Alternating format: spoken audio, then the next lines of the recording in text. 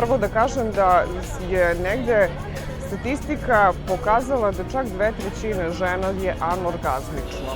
Dakle, da ne može da doživi orgazam tokom koitusa.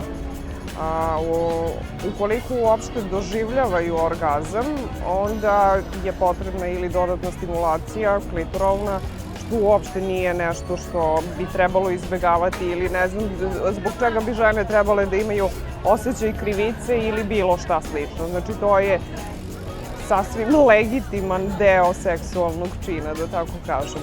Zašto žene glume orgazam? Da. Uglavnom zbog toga što misle da time udovoljavaju muškarcu. Verovatno time smatraju da doprinose njegovom osjećanju da je on veliki, dobar ljubavnik i slično.